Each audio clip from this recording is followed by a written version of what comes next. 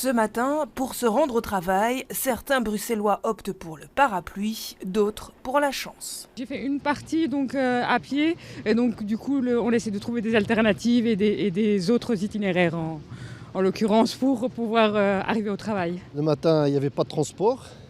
Je suis venu en moto et maintenant je vais essayer de voir s'il y a le transport pour retourner à la maison. En réalité, cette ligne de tram et une vingtaine de bus roulent.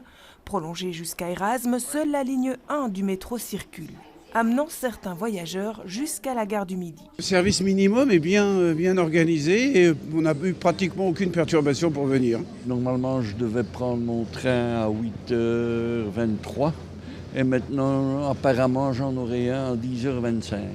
Pas de véritable chaos dans les gares, même si certains voyageurs, comme ces deux étudiantes, ont décidé de renoncer. Nous devons rejoindre l'école à Boxtal, mais le prochain train est à 11h et le métro ne roule pas. Qu'allez-vous faire ?